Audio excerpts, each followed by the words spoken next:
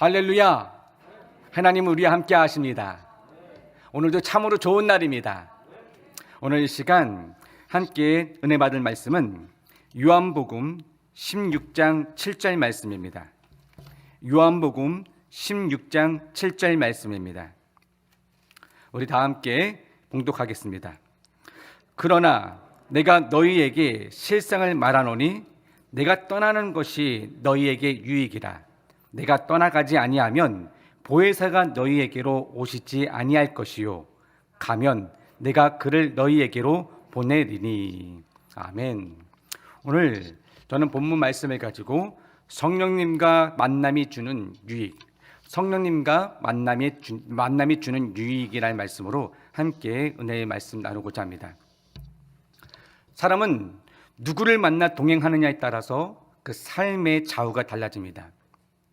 만남의 예를 한번 들어볼까요? 자음은 모음을 만나게 될 때 글자가 됩니다. 작은 불꽃은 바람을 만나야 큰 불이 됩니다. 칼은 어머니를 만나게 되면 요리에 쓰이지만 도둑을 만나게 되면 사람을 해치는 데 사용이 됩니다. 쓰레기가 백남준 선생을 만나게 되면 예술품이 되지만 또 마찬가지로 길가의 바위돌이 미켈란젤로를 만나게 되면 또한 다윗상이 됩니다. 철을 만나면 더욱 날카로워지지만 철이 물을 만나게 되면 녹이 쓰게 됩니다. 이렇듯 좋은 만남을 가지며 동행하는 것이 참된 복된 삶이겠죠. 예수님께서는 구원받은 우리에게 만남을 요청하고 있습니다. 특별히 예수님은 우리에게 성령님을 만나 동행하라고 말씀하고 있습니다. 오늘 본문 요한복음 16장 말씀을 보게 되면 예수님이 제자들에게 이야기를 하시는데 다소 어두운 이야기, 암울한 이야기를 하고 계세요. 요약하면 이런 내용입니다. 나 이제 죽으러 간다. 이제 십자가 지러 간다. 그렇다고 걱정하지 마라. 성령을 너희에게 보내주실 것이다. 그러면 오히려 너희에게 기쁨이 넘쳐나게 될 것이다 라고 하는 이야기입니다. 요한복음 16장 1절 말씀 이렇게 말합니다. 내가 이것을 너희에게 이름은 너희로 실족하지 않게 하려 함이니. 즉 너희들이 넘어질까 봐 내가 미리 알려줄게 라는 뜻이죠. 요한복음 16장 2절 말씀입니다. 사람들이 너희를 출교할 뿐 아니라 즉 너희가 쫓겨난다라는 거예요. 때가 이르면 무릇 너희를 죽이는 자가 생각하기를 이것이 하나님을 섬기는 일이라 하리라. 즉 너희들을 죽이려고 하는 자가 있는데 죽이려고 하는 그 자체가 나는 하나님의 일을 하는 것이다 라고 하는 그 정당성을 말하면서 너희를 죽이려 하려 한다라는 거예요. 그러니 그만큼 어려움이 오겠다라는 것이죠. 이에 제자들은 근심에 빠집니다. 그러면서 6절 말씀입니다. 도리어 내가 이 말을 함으로 너희 마음에 근심이 가득하였도다. 즉 예수님은 다 알고 계신다라는 거예요. 곧 근심이 닥칠 것이다 라는 것까지도 알고 있습니다. 그래서 이제 그 근심을 해소시키는 이야기를 계속해서 하십니다. 7절 말씀입니다. 그러나 내가 너희에게 실상을 말하노니 내가 떠나는 것이 너희에게 유익이라.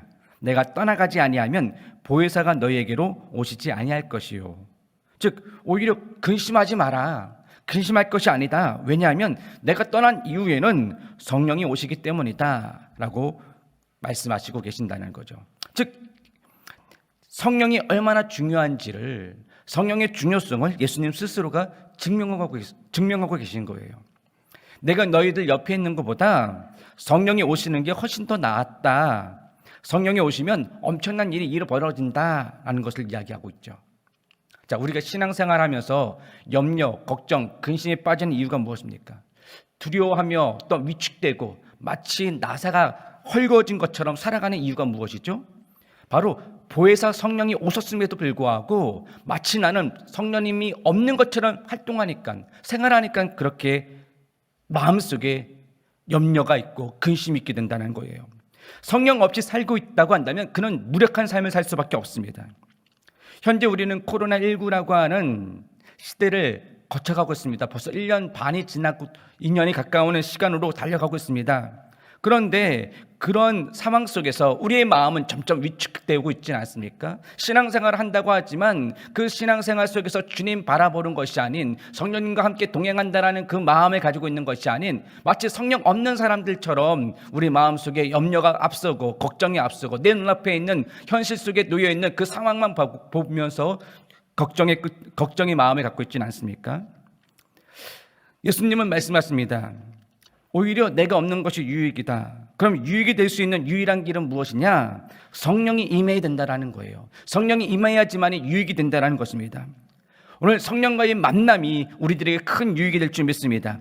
그 말은 성령으로 우리가 채워져야 된다라는 거예요. 성령으로 채워진다라는 것은 성령의 충만함으로써 우리가 재무장하고 있어야 된다는 것입니다. 만일 그런 만남이 없다고 한다면 유익이 아니라 오히려 망하는 것이다 라고 말하고 있습니다. 고린도전서 12장 7절 말씀에 보게 되면 각 사람에게 성령을 나타내심은 유익하게 하려 하심이니라. 유익하게 하려 하심이니라.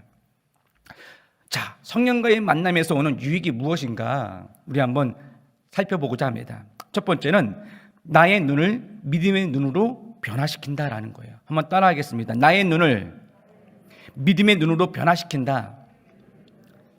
이 변화된 믿음의 눈은 두 가지 부분을 말할 수 있는데요. 첫 번째는 넓게 바라볼 수 있는 눈, 멀리 바라볼 수 있는 눈을 갖추게 한다는 것이죠. 보다 멀리 바라볼 수 있다는 것은 다른 말로 선견지명이라 할 수 있습니다. 내가 멀리 바라보니까 무엇이 보이느냐? 소망이 보인다라는 거예요. 내가 멀리 바라보니까 희망이 보인다라는 거예요. 그러니까 내가 흔들리지 않는다라는 것이죠. 좀 더 깊게 바라본다는 것은 무슨 말입니까? 통찰력을 갖는다는 거예요. 똑같은 내용을 보더라도 그것을 단지 껍데기만 보는 것이 아니라 그 내면의 의미, 그 깊은 의미를 바라보니까 그 안에서 어떤 것이 본물처럼 터져 나오느냐? 감사가 터져 나온다라는 거예요. 16장 20절 뒷부분을 보게 되면 이렇게 말하고 있습니다. 너희는 근심하겠으나 너희의 근심이 도리어 기쁨이 되리라. 성령이 오시면 어떤 일이 일어난다고요? 근심이 도리어 기쁨이 된다. 우리 다 같이 한번 따라해 보겠습니다. 근심이 변하여 기쁨이 되리라. 기쁨을 소유하는 믿음의 사람들이 되길, 성령의 사람이 되길 축원드립니다. 왜 근심이 변하여 기쁨이 되느냐? 그것은 바로 우리의 시각이 변화됐기 때문에 그래요. 우리의 바라보는 관점이 바뀌었기 때문에 그렇습니다. 사실 두려움에 벌벌 떠는 사람들을 보게 되면 시선이 굉장히 좁다라는 것을 보게 돼요. 그래서 즉흥적으로만 판단합니다. 어떤 내 눈앞에 무슨 일이 터지게 되면 그것에 대해서 안절부절하는 이유, 바로 그거 외에는 다른 것을 보지 못하기 때문에 그래요. 그가 바라보는 것은 세속적인 눈이요, 그가 바라보는 것은 육적인 눈이기 때문에 꼼짝달싹 못하고 그 안에서 벌벌 떨게 된다는 것이죠.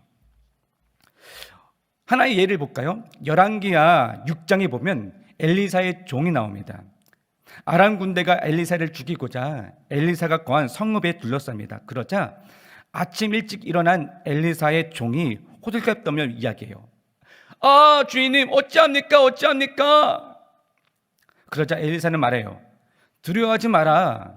우리와 함께하는 자들이 저들보다 훨씬 더 많다라고 이야기하죠. 그리고선 벌벌 떨고 있는 그 엘리사의 종을 위해서 하나님께 기도합니다. 저 종의 눈을 열어주옵소서.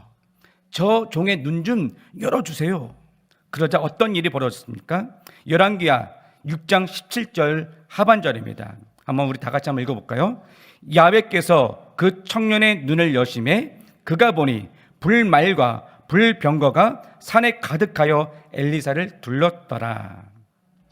사환의 눈이 새롭게 바뀌었습니다. 그가 이전에 안 보였던, 좀 전만 해도 안 보였던 그것이 이제 보이게 되었습니다. 내 눈앞에 불말과 불병거가 있다는 것. 이것을 보고 난 이후에 엘리사의 사환은 더 이상 떨리는 것이, 두려운 것이 싹 사라졌습니다. 왜냐? 이제 그는 믿음의 눈이 열렸기 때문에 그래요. 바라보는 모든 것들이 내 현실 앞에 놓여 있는 어둠의 부분만, 근심의 부분만 보는 것이 아니라 그 너머에 하나님이 역사하고 계심을, 우리를 돕고 있는 많은 이들을 보내주셨음을 보고 있기 때문이죠. 바로 이것이 누가 하는 일이냐? 성령님께서 우리들에게 해주시는 일입니다. 열왕기하 6장에 나오는 방금의 이야기와 마찬가지로 성령님은 믿는 자들로 하여금 눈을 더욱더 활짝 열어주시는 일을 합니다. 오늘 이 자리에 성령님께서 오셔서 우리의 눈 또한 활짝 열어주게 될 줄 믿습니다. 그럼 달라지게 되어 있어요. 그럼 달라지게 되어 있습니다. 문제는 내 눈에 닫혀 있으니까, 닫히다 보니까 안 보여서 그것이 문제죠. 오늘 우리는 지금 똑같은 상황이라 하지만, 같은 상황 속에 놓여 있다고 하지만, 그러나 믿지 않은 사람들과 분명히 다른 눈을 가지고 있습니다. 그러기에 우리는 걱정 속에 있는 것이 아니라, 오히려 근심 속에 있는 것이 아니라 오히려 감사 속으로 더욱더 나가게 될 줄 믿습니다. 남아프리카 미개 부족 중 바벤바족이라는 족이 있습니다. 이들이 사는 곳에는 범죄가 거의 일어나지 않는다고 해요. 학자들이 그 이유를 연구하면서 놀라운 것을 발견했는데요, 마을에서 범죄를 저지른 사람이 생기게 되면 그를 광장 한복판에 세운다고 합니다. 마을 사람들은 하던 일을 다 멈추고 남녀노소 할 것 없이 모두 다 모여서 그 죄인을 둘러쌉니다. 그리고 차례대로 돌아가면서 큰 소리로 한마디씩 이야기를 하게끔 합니다. 그런데 그 이야기는 비난의 소리가 아닙니다. 비판의 소리가 아닙니다. 채찍질하는 소리가 아니에요. 훈계, 야유가 아니었습니다. 돌을 던지는 것도 아닙니다. 그들이 외치는 말은 죄인이 과거에 했던 선행들, 그리고 그에 대한 미담, 그가 행했던 감사의 내용들, 그의 장점들을 한마디씩 다 돌아가면서 이야기하는 거예요. 예를 들어서, 너는 원래 착한 사람이었어. 너 작년에 비 많이 왔을 때 우리 집 지붕 고쳐줬잖아. 고마워. 이렇게 그 사람을 향해서 칭찬의 소리들이, 고마움의 소리들이 쏟아져 나옵니다. 너는 원래 이런 사람이었어. 이런 칭찬의 이야기를 듣다 보면 죄를 지은 사람은 어느새 흐느껴 울기 시작하게 되고, 그러면 한 사람씩 사람들이 다가와 그를 안아주면서 진심으로 위로하고 용서해 준다고 합니다. 이렇게 칭찬의 자리가 끝나게 되면 그가 완전히 새 사람이 된 것을 인정하는 축제를 벌이게 되고 잔치를 벌인다고 합니다. 이처럼 사람을 바라볼 때 허물이 아닌 그를 향한 소망을 바라보는 긍정의 눈은 사람을 새롭게 변화시키게 되는데, 여기에 더 나아가 우리 성령님께서는 우리들에게 어떠하겠습니까? 성령님께서는 우리에게 보여주는 것이 바로 우리 앞날 가운데 약속하신 소망의 미래를 보여주신다는 거예요. 성령님께서 우리에게 그 약속을 보여주는 순간 우리는 달라지게 되어 있습니다. 성령님께서 우리에게 꿈을 보여주기 때문에 우리 또한 다르게 움직일 수 있습니다. 그러기에 내가 놓여있는 그 상황 속에 걱정과 근심 그 자리에 가두어져 있는 것이 아니라 오히려 미래 주님께서 허락하신 소망 때문에, 주님께서 주신 약속 때문에, 주님께서 주신 그 꿈 때문에 오늘을 다시 보게 된다는 거예요. 이 약속 때문에 오늘이 새롭게 보이게 된다는 거예요. 오늘 이 시간 하나님께서는 새날을 우리에게 허락하셨습니다. 그렇다면 우리가 어제와 똑같은 근심을 가지고 그대로 살아가는 것이 아니라 새날을 주신 이 새날에 다시 한번 새 힘을 가지고 힘차게 나가는, 새 소망을 향하여 힘차게 나가는 믿음의 사람들이 되길, 성령의 사람들이 되길 주의 이름으로 축원드립니다. 근심 있는 상황 속에서도 근심하지 않고 오히려 기뻐합니다. 왜 그렇습니까? 미래가 있기 때문입니다. 약속이 있기 때문입니다. 우리 하나님께서는 우리를 향해서 너를 버리지 아니하겠다. 오히려 임마누엘, 내가 너와 함께하겠다. 내가 너와 함께하리라. 너는 나의 자녀다. 주님께서 말씀하고 있습니다. 계속해서 요한복음 16장 21절 되면 21절에 보면 이렇게 말합니다. 여자가 해산하게 되면 그때가 이르렀으니 근심하나. 자, 출산을 앞둔 여자에 대한 이야기예요. 출산을 앞둔 여성들을 보게 되면 해산의 고통으로 인해서 굉장히 근심하게 되죠. 그 고통이 마치 뼈를 깎는 고통이라고 합니다. 그러나 아기를 출산하게 되면 고통도 잠깐, 그 태어난 아이의 얼굴을 보면 오히려 근심보다는 기쁨, 내가 언제 아팠더냐, 내가 언제 근심했더냐 하면서 오히려 그 고통을 싹 잊어버리고 오히려 기쁨으로 웃음 지으며 마음속에 감사로 넘쳐나게 된다는 것이죠. 사실 여성들은 임신 초부터 힘듭니다. 이덧이라는 것을 하게 되면서 힘들게 되고, 또 괜찮다 싶으면 남편에게 나 이거 먹고 싶어, 저거 먹고 싶어, 시간에 따르지 않고 새벽 1시가 되든 2시가 되든 남편에게 요청합니다. 나 순대 먹고 싶어, 순대 사와. 떡볶이 먹고 싶어, 떡볶이 사와. 오뎅 먹고 싶어, 쭈꾸미 사와. 막 여러 가지의 요청을 합니다. 그럼 남편들은 어떻게 합니까?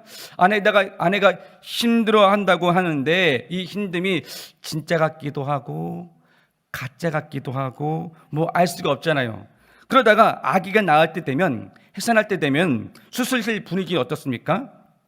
여성들은 그 자리에서 막 소리를 지릅니다. 아프다고 힘들다고 죽을 것 같다고 막 소리를 지릅니다. 물론 주위 사람들은 굉장히 안타까워하죠. 그 곁에 함께 있는 사람들은 안타까워하죠. 하지만 남편의 속은 어떤지 아십니까? 속으로 싱글벙글이에요. 왜냐? 그걸로는 절대 안 죽는 거 알고 있기 때문에 그래요. 곧 기쁜 일이 생기기 때문에 그렇죠. 아기가 으앙 하고 나오면 고통 다 잊어버리고 기쁨으로 바뀌어질 것이다 라는 것을 그는 알고 있기 때문에 그렇습니다. 이유가 무엇이죠? 소망이 있기 때문에 그래요. 생명이라고 하는 소망, 생명이라는 소망이 그 앞에 놓여 있기 때문에 그렇습니다. 우리도 마찬가지입니다. 혹시 우리의 상황 속에 지금 죽어가는, 지금 당장 어떻게 될 것 같은 그런 마치 중환자실 같은 분위기가 있습니까? 아닙니다. 오히려 이것은 단지 해산의 고통일 뿐이에요. 물론 고통이 있을 수는 있죠. 하지만 이는 생명을 낳는 고통이라는 것, 기쁨을 낳는 고통이라는 것을 여러분 믿으시길 바랍니다. 그렇기 때문에 우리는 흔들려서는 안 돼요. 우리가 배 아픈 것 단지 배 아픔으로 끝나는 것이 아닙니다. 오히려 아기를 낳으려고 하는 배 아픔이라는 거예요. 소망이죠. 이것을 누가 주시느냐? 성령님께서 주십니다. 그래서 흔들리지 않는 거예요. 성령님과 만나게 되면 이런 유익이 있습니다. 그래서 성령으로 충만하면 우리의 앞날의 길이 열리게 되고 우리의 모든 나아가는 자리에 힘찬 발걸음이 된다는 것이죠. 오늘 그 모든 발걸음을 주의 성령님과 동행하는 우리 모든 사람들이 되길, 믿음의 사람들이 되길 주의 이름으로 축원드립니다. 우리는 그 보이는 미래 때문에 현재를 다시금 재해석하게 되고 거기서부터 힘있게, 능력있게, 활기차게, 활력있게 나아가게 되는 것입니다. 뿐만 아니라 우리는 더욱더 깊은 통찰력을 갖게 되는데요. 통찰력의 대표적인 예가 바로 감사라는 거예요. 어느 날 아버지와 아들이 말을 타고 숲속의 길을 가고 있었습니다. 아버지는 아들을, 또 아들은 아버지를 찾으러 가는 길이었어요. 몇십 마일을 간 다음에 드디어 아버지 아들이 만났습니다. 얼마나 반가운지 부둥켜 안으면서 기뻐했습니다. 그때 아들이 아버지께 이렇게 말을 하는 거예요. 아버지, 우리 하나님의 은혜에 너무너무 감사해요. 정말로 감사해요. 이 말에 아버지는 궁금해서 그 까닭을 물었어요. 아들아, 무엇에 그렇게 감사하니? 그러자 아들이 하는 말이, 제가 지금 아버지를 찾으러 오는 도중에 나무 뿌리에 걸려 말이 3번이나 쓰러졌거든요. 그런데 저는 한 군데도 다친 데가 없어요. 얼마나 하나님께 감사한지 몰라요. 그 말을 들은 아버지도 이렇게 이야기합니다. 그래? 참 감사한 일이구나. 그런데 나도 하나 감사하자꾸나. 내가 너를 찾아오는 도중에 내 말은 한 번도 나무 뿌리에 걸려서 쓰러진 적이 없으니 얼마나 감사하냐. 정말로 우리 하나님께 감사하구나.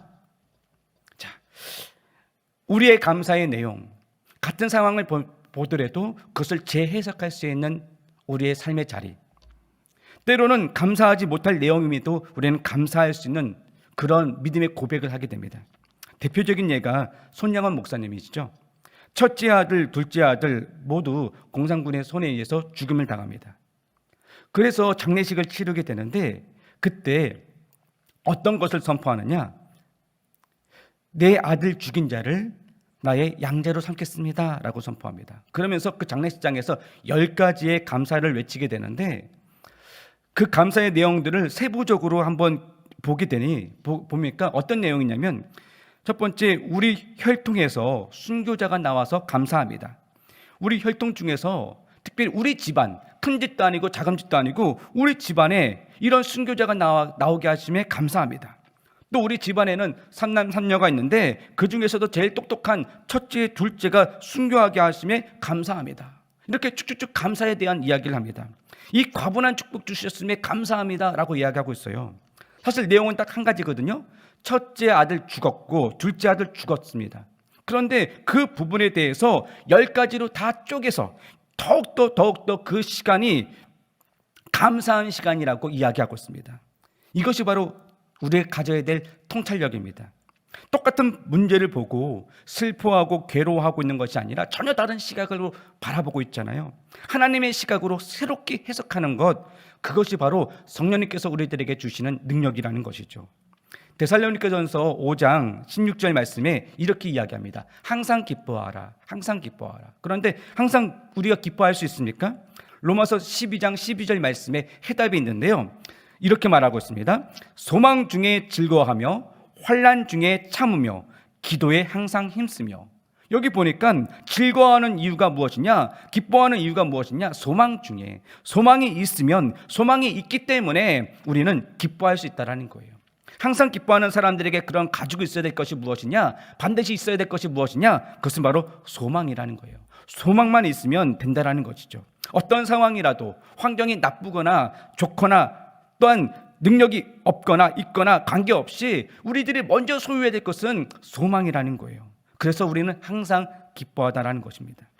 자, 이렇게 항상 기쁘게 하는 분은 바로 누구시냐? 바로 그분도 우리 성령님이십니다.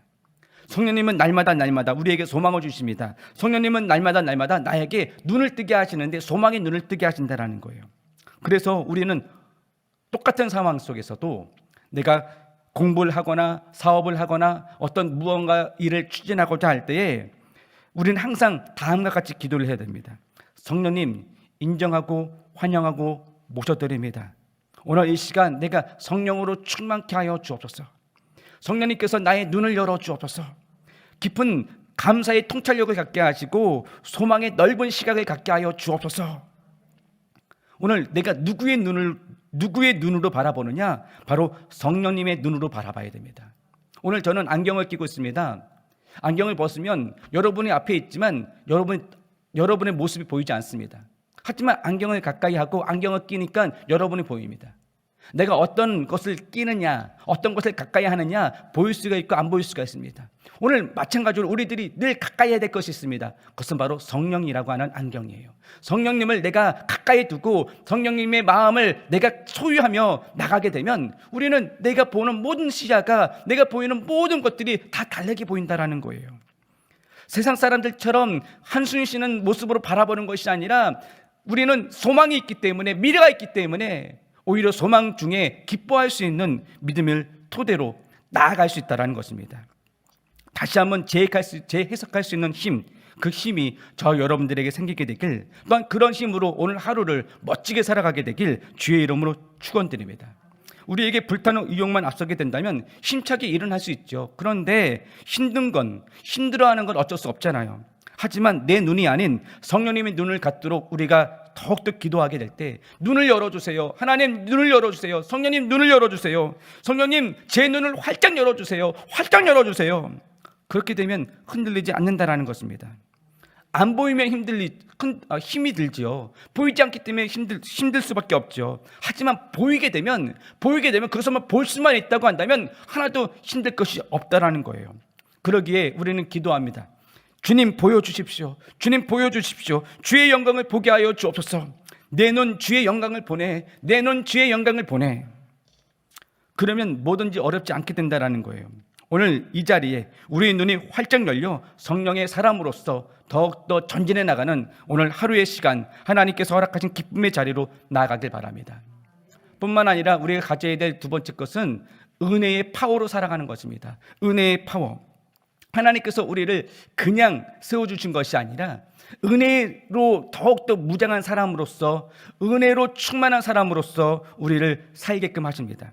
지금 코로나 시대를 겪고 있는 이 상황 가운데 세상은 교회들에게 여러 가지 요구한 바가 있잖아요. 교회가 먼저 본을 보여야 된다 하면서 교회가 왜 그러느냐? 교회가 먼저 본을 보여야지 하면서 교회에 대해서 여러 가지 윤리에 대한 부분, 실천에 대한 부분을 이야기합니다. 그러다 보니까 결국 그 부분을 두고 그 잣대만 두고 왜 이렇게 하지 않았냐, 왜 저렇게 하지 않았느냐 하면서 손가락질하고 비난하게 됩니다. 그런데 이 윤리라는 부분이 반드시 필요하고 중요한 부분이긴 하지만, 그러나 그에 앞서서 무엇이 앞서야 되느냐? 복음이 앞서야 된다는 거예요. 복음이 있지 않고 윤리만 주장하게 되면 결국에는 우리는 율법주의밖에 되지 않습니다. 복음이 무엇입니까? 하나님께서는 죽을 수밖에 없는 우리들에게 은혜를 부어주셔서 그 자리에서 구원의 자리로 이끄시지 않았습니까? 우리는 은혜 받는 존재입니다. 은혜로서 살아가야 될 존재입니다. 어떤 형식에 얽매여 있는 자리에서 살게 되면 우리는 꼼짝달싹하지 못하고 우리 공동체는 죽을 수밖에 없습니다. 하지만 은혜가 넘쳐나야 됩니다. 은혜 안에 우리가 힘을 얻어야 됩니다. 오늘 여러 가지 상황 속에서 코로나라고 하는 여러 가지 어려운 상황이 있지만, 그러나 거기에서 우리가 갇혀 지내는 것이 아니라, 어떤 율법 속에 갇혀 지내는 것이 아니라 은혜의 힘으로, 은혜의 파워로 살아가야 될 줄 믿습니다. 주님, 나에게 은혜를 부어주세요. 은혜란 무엇입니까? 위로부터 부어주신 하나님의 도우심이에요. 그 도우심으로 살아가는 것이 바로 우리들이 해야 될 일들입니다. 주님, 나를 도와주세요. 주님, 내가 주님의 은혜로 다시 한번 힘을 얻기 원합니다. 오늘 우리들에게 주님께서는 말씀하십니다. 요한복음 16장 22절, 지금은 너희가 근심하나 내가 다시 너희를 보리니 너희 마음이 기쁠 것이요 너희 기쁨을 빼앗을 자가 없으리라. 오늘 우리의 기쁨을 빼앗을 자 어떤 누구도 없습니다. 내가 은혜 가운데 거하게 될 때, 그 은혜의 힘으로 살아가게 될 때 그 자리는 하나님의 도우심이 있기 때문에, 내 힘이 아닌, 내 안에서 나오는 어떤 에너지만으로 끝나는 것이 아닌 그 자리에 하나님의 은혜가 덧입혀져서 더욱더 그 자리를 힘있게 능력있게 살아갈 수 있다는 것이죠. 지금 코로나라고 하는 여러 가지 환경 가운데 어려움이 있지만, 그러나 그 어려움 속에서도 더욱더 하나님의 돕는 손길로 말미암아, 성령님께서 주시는 그 은혜로 말미암아 더욱더 힘차게 나아가는 저와 여러분, 기도하면서 간구하게 될 때 그 안에 기쁨으로 충만하게 되는, 하나님의 도우심으로 충만하게 되는 그런 자리에 우리 모두가 서 있길 주의 이름으로 축원드립니다. 기도하겠습니다. 살아계신 아버지 하나님, 주님께서 주신 귀한 삶의 자리에 은혜로 설 수 있도록, 또한 주님께서 주신 새로운 시각으로 살아갈 수 있도록 허락하여 주심에 감사를 드립니다. 내 힘으로 살아가는 것이 아닙니다. 주님의 돕는 손길로 살아가는 것입니다. 주님께서 주신 그 힘으로 살아가는 것입니다. 오늘 그 힘으로 넉넉하게 우리의 앞에 놓여있는 그 문제를 뛰어넘을 수 있는 믿음의 사람으로 살게 하여 주시옵소서. 우리가 내 눈에 보이는 어떤 현실의 암울한 상황 속에서 벌벌 떠는 존재가 되는 것이 아닌, 그 뒤에 넘어서 나를 돕고 계시는 하나님의 손길, 나에게 부어주신 하나님의 손길로 말미암아 더욱더 힘차게 나아갈 수 있는 그런 자신감과 담대함, 다른 사람들이 갖지 아니하는 그런 용기 있는 모습으로 나아가는 자들에게 도와주옵소서. 항상 성령으로 충만하길 원합니다. 성령님 인정하고 환영하고 모셔드립니다. 주님, 내 안에 오셔서 나를 다스려 주옵소서. 주님께 모든 삶의 자리를 맡겨드립니다. 특별히 하나님께 귀한 예물 드린 이들이 있습니다. 주님, 그 모든 드려진 그 모든 예물을 주께서 받아주시옵고, 이 모든 예물이 쓰는 곳곳마다 하나님 나라 확장 가운데 쓰임받게 하여 주옵소서.